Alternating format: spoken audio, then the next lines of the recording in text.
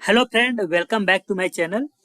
आज हम spring boot में मल्टी थ्रेडिंग को कैसे यूज करेंगे और ये @async क्या होता है इस पे बात करेंगे। तो वीडियो स्टार्ट करने से पहले यदि आप मेरे चैनल पे नए हैं तो मेरे चैनल को सब्सक्राइब करें और अगर आपको वीडियो पसंद आए तो वीडियो को लाइक करें और अपने दोस्तों के साथ शेयर करें। तो चलिए वीडियो स्टार्ट करते हैं।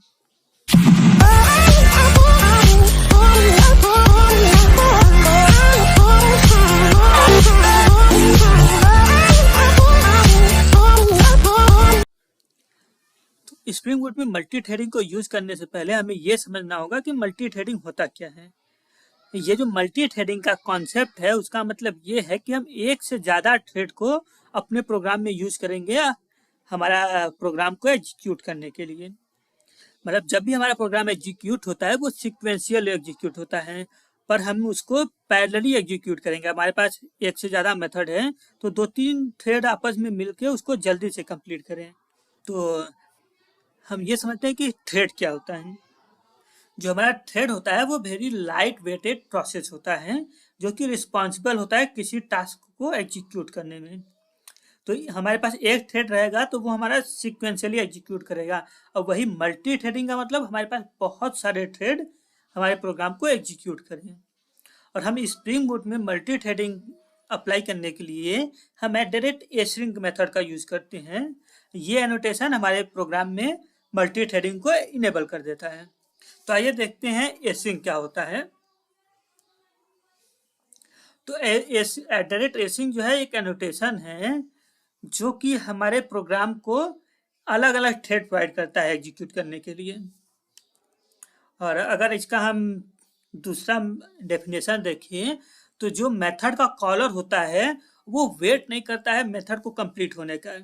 एग्जाम्पल लेते हैं, यदि आप एक मेन मेथड बनाए हैं और उस मेन मेथड के अंदर आप 3-4 मेथड कॉल किए हैं, तो मान लीजिए आपका जो कर्सर है वो पहले मेथड पे है, तो जब हम सिक्वेंशियली एग्जीक्यूट करेंगे तो पहले पहला मेथड को पूरा एग्जीक्यूट करेगा फिर दूसरे मेथड पे जाएगा।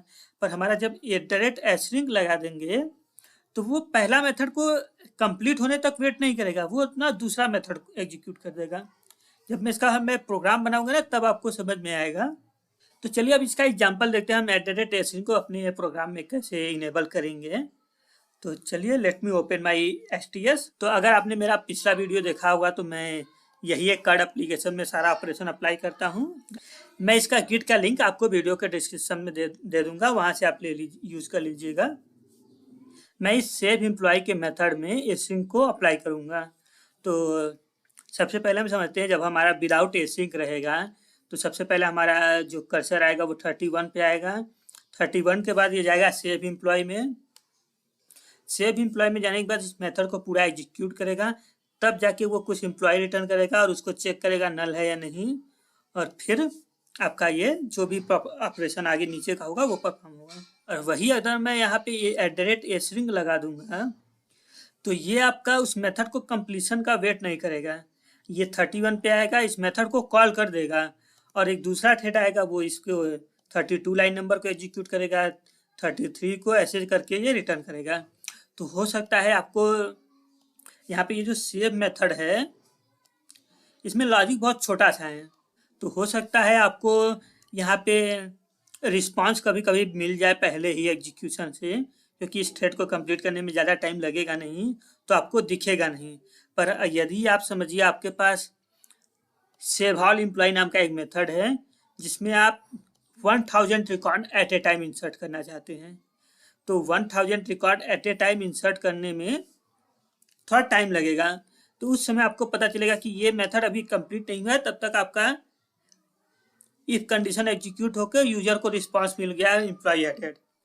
तो ये जो @async मेथड है ये हम हर समय अप्लाई नहीं करेंगे, क्योंकि अगर थ्रेडिंग से कुछ एडवांटेज है तो कुछ डिसएडवांटेज भी हैं। इसलिए थ्रेडिंग आप कभी यूज मत करिए, मैक्सिमम मतलब यूज मत करिए। थ्रेडिंग आप कभी यूज कीजिए जब आपको ज़रूरत हो, जब आप large amount of data gate कर रहे हो या आपका जो मेथड का एग्जीक्यूशन है वो थोड़ा ज़्यादा टाइम टेकिंग है, तब आप एग्जीक्यूशन यूज कीजिए। जैसे आप समझ लीजिए रिपोर्ट आप कोई जनरेट कर रहे हैं, तो रिपोर्ट में आप बहुत सारा डेटा DB से रीड करके CSV फाइल में राइट करेंगे, तो उस समय आपका जो मेथड है वो थोड़ा टाइम टेकिंग लगेगा। और यूजर उतना देर वेट नहीं करेगा, इसीलिए हम उसको @string लगा देते हैं, जिससे यूजर को रिस्पांस मिल जाएगा और बैकग्राउंड में आप अपना मेथड मेरा जो है वो एग्जीक्यूट होता रहेगा। यहाँ पे string को हम कैसे इनेबल करेंगे, तो string को इनेबल करने के लिए सिंपल हमें एक कॉन्फ़िगरेशन क्लास ऐड करना होता है, उसके बाद हमारा string इनेबल हो जाएगा। तो चलिए मैं उस क्लास को ऐड कर लेता हूँ, फिर आपको एक्सप्लेन करता हूँ। तो मैं जो string कॉन्फ़िगरेशन था इस क्लास को बना लिया है, इसको मैंने @configuration दिया, जिससे ये हमें पता चलेगा कि ये एक हमारा कॉन्फ़िगरेशन क्लास है, और @enable string आपके प्रोजेक्ट में string को इनेबल कर देगा। और फिर मैं यहाँ पे एक बीन नेम दिया हूँ string एग्जीक्यूटर, जिससे ये मेथड हमारा डिफाइन हुआ है, और इसमें मैं बता देता हूँ कितना हमारा पूल साइज होगा, कितना हमारा थ्रेड का साइज होगा, ये सब हम यहाँ पे डिफाइन कर देंगे। और उसके बाद ये जो बीन नेम है इसी को हम अपने मेथड के ऊपर यूज करेंगे। तो हम लोग यहाँ पे string अप्लाई करने वाले थे, तो मैं इस मेथड को ओपन करता हूँ। string अप्लाई करने से पहले हमें एक चीज नोट करना होगा कि ये जो रिटर्न टाइप है एम्प्लॉई, जो हम जिस मेथड पे अप्लाई करेंगे उसका रिटर्न टाइप वायर्ड होना चाहिए, क्योंकि अगर ये कुछ रिटर्न करेगा और ये रिटर्न होके यहाँ पे आएगा एम्प्लॉई ऑब्जेक्ट में, पर हाँ आपको ये चीज़ अभी मैंने बताया था कि ये जो सेव एम्प्लॉई है, थ्रेड उसके एग्जीक्यूशन का वेट नहीं करेगा, वो डायरेक्ट नेक्स्ट लाइन में चला आएगा। और इसमें जो हम रिटर्न कर रहे हैं वो बिल्कुल लास्ट में रिटर्न कर रहे हैं सेव करने के बाद। तो हो सकता है ये जब यहाँ पे 20 लाइन नंबर पे हो तभी वो यहाँ पे चेक करना स्टार्ट करें, और उसको रिटर्न में कुछ मिलेगा ही नहीं, तो आपका यहाँ पे नल हो जाएगा और रिटर्न हो जाएगा समथिंग वेंट रॉन्ग। इसीलिए जब भी आप string मेथड यूज कीजिए वो वाइड मेथड पे यूज कीजिए। तो मैं इसको वाइड बना लेता हूँ। अब इस मेथड को वाइड बनाने के बाद हम @string अप्लाई करते हैं। तो हम सिंपल @string सर्च करेंगे और हम ब्रैकेट में वो जो हमारा string कॉन्फ़िगरेशन पे हम बीन का नाम दिए थे इसको कॉपी करके उसके अंदर डाल देंगे। अब हम इसको रन करते हैं।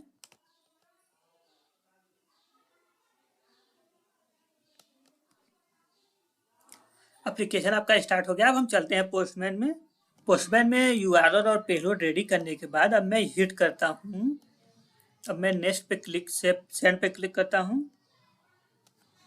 मैंने ब्रेक पॉइंट लगाया, तो चलिए उस ब्रेक पॉइंट को ओपन करते हैं। यहाँ पे अभी आपका ज़्यादा मैसेज कुछ प्रिंट नहीं हुआ, इसको मैं क्लीन कर देता हूँ कंसोल को। अब मैं इसको नेक्स्ट स्टेप करता हूँ।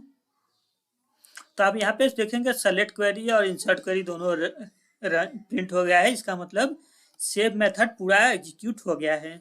ये मेथड इतना फास्टली एग्जीक्यूट हो रहा है कि आपको पता नहीं चल रहा है। तो मैं क्या करता हूँ, इस मेथड में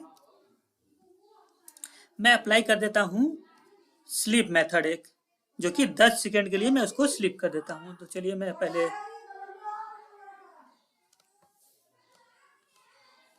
मैं यहाँ पे ये जो सेव मेथड कॉल हो रहा है इसमें मैं स्लीप लगा देता हूँ 10 सेकेंड का। तो जब हम इसको 10 सेकेंड के लिए स्लीप लगा दूंगा, तो जब इस मेथड को ये एम्प्लॉय सेव कॉल करेगा और यहाँ पे आने के बाद जब उसको पहला लाइन स्लीप का मिलेगा, तो ये 10 सेकेंड के लिए मेथड रुक जाएगा। हम इस मेथड में 10 सेकेंड के लिए स्लीप लगा देंगे तो उसके नीचे का जो एग्जीक्यूशन है वो स्टॉप हो जाएगा 10 सेकेंड के लिए। तो 10 सेकेंड के लिए स्टॉप हो जाएगा, तो इसका ये मतलब नहीं है कि ये यहाँ पे ये आगे का कोड आपका रन नहीं होगा, ये आगे का कोड आपका रन होता रहेगा। तो जिससे क्या होगा, ये मेथड आपका कंप्लीट नहीं होगा, लेकिन यहाँ पे आपका ये मेथड एग्जीक्यूट हो जाएगा। पोस्टमैन में आपको रिस्पांस मिल जाएगा एम्प्लॉई एडेड, और उसके 10 सेकेंड बाद आप देखेंगे कंसोल में फिर वो क्वेरी प्रिंट होगा जो इंसर्ट और सेलेक्ट क्वेरी प्रिंट हुआ था। तो चलिए हम अप्लाई करके देखते हैं। मैं यहाँ पे लगाता हूँ थ्रेड डॉट स्लीप। अब मैं इसको 10 सेकेंड का, ये मिली सेकेंड में हमें पास करना होता है, तो 10 सेकेंड का मतलब 10,000 पास करना होगा। अब मैं इसको वैलिडेशन थ्रो कर देता हूँ। ये करने के बाद अब हम अपना एप्लीकेशन रन करते हैं। एप्लीकेशन हमारा रन हो गया है। अब मैं पोस्टमैन से यहाँ हिट करता हूँ, हमारे यहाँ पे है। अब जब मैं नेक्स्ट करूँगा तो वो एम्प्लॉय सर्विस में जाएगा, पर वो 10 सेकेंड के लिए रुक जाएगा। तो अभी मैं इसको क्लीन कर देता हूँ। पिछली बार अगर आपने देखा होगा तो मैं हिट किया था तो डायरेक्ट यहाँ पे प्रिंट हुआ था, पर अभी ये 10 सेकंड के लिए वेट करेगा, और ये 10 सेकंड के लिए वेट करेगा, और तब तक हमारा ये आगे का एग्जीक्यूशन हो जाएगा। अभी हमारा पोस्टमैन में यहाँ पे सेंडिंग रिक्वेस्ट है। तो अब चलिए मैं नेक्स्ट स्टेप करता हूँ। तो जैसे मैं नेक्स्ट स्टेप किया, यहाँ पे कुछ भी प्रिंट नहीं हुआ, ये 10 सेकंड के लिए वेट हुआ है। अब अगला नेक्स्ट करता हूँ, ये हमारा मैसेज वहाँ पे रिटर्न हो गया। अभी तक देखिए कंसोल में कुछ भी प्रिंट नहीं हुआ है, और यहाँ पे एम्प्लॉय एडेड आ गया। अब थोड़ा देर बाद यहाँ पे प्रिंट हुआ। 10 को मैं इसको थोड़ा और बढ़ा देता हूँ, 20 कर देता हूँ, और फिर से मैं हिट करता हूँ। अब यहाँ नेक्स्ट करता हूँ, रिज्यूम कर देता हूँ। तो अभी देखिए हमारा डेटा इंसर्ट डीबी में नहीं हुआ है, पर आप कंसोल में देखेंगे एम्प्लॉय एडेड मैसेज आ गया है। और मैं फिर से चलता हूँ, यहाँ 20 सेकंड तक वेट करेंगे, तब यहाँ पे कुछ देर बाद आप ऑटोमेटिक यहाँ पे 20 सेकंड बाद प्रिंट हो जाएगा। ये देखिए अभी प्रिंट हो गया। तो ये जब हमारा एग्जीक्यूशन बहुत टाइम ले रहा हो, तब आप ऐसे यूज कीजिए एसिंग मेथड को। और यही चीज मैं आपको डीबी से रिलेटेड भी एक बार इसको एग्जीक्यूट करके दिखा देता हूँ। अभी मैं यहाँ पे रिफ्रेश करता हूँ, मैं सारा डेटा डिलीट कर देता हूँ।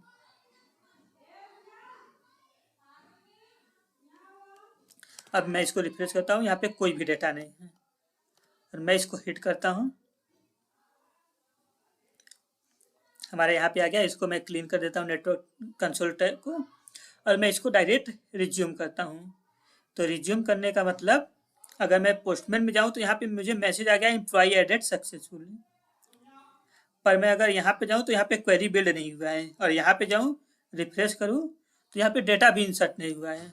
अब मैं यहाँ पे चलता हूँ और वेट करते हैं ये क्वेरी प्रिंट होने का, जिसका मतलब हमें हमारा डेटा इंसर्ट हो गया। अब देखिए यहाँ पे डेटा इंसर्ट हुआ। अब मैं चलता हूँ डीबी में और इसको रिफ्रेश करता हूँ, तो अब यहाँ पे जाके डेटा आया। तो @async को हम इस तरह से अपने प्रोग्राम में यूज करेंगे। और ये चीज़ रिमेंबर रखिएगा, हम @async तभी यूज करेंगे जब हमारा जो मेथड है वो बहुत ज़्यादा टाइम टेकिंग हो और यूजर उतना देर तक वेट ना कर सके। तो हम उसको कुछ इस टाइप का मेथड रिटर्न कर देंगे कि execution is started, please wait for completion, कुछ समथिंग लाइक इस टाइप का हम उसको मैसेज रिटर्न कर देंगे, जिससे वो थोड़ा देर वेट करेगा। तो यहीं पे हमारा वीडियो खत्म होता है। Thank you for watching my video. अगर आपको वीडियो पसंद आए तो लाइक सब्सक्राइब करें, अपने दोस्तों के साथ शेयर करें। तो मिलते हैं अगले वीडियो में, तब तक के लिए बाय बाय।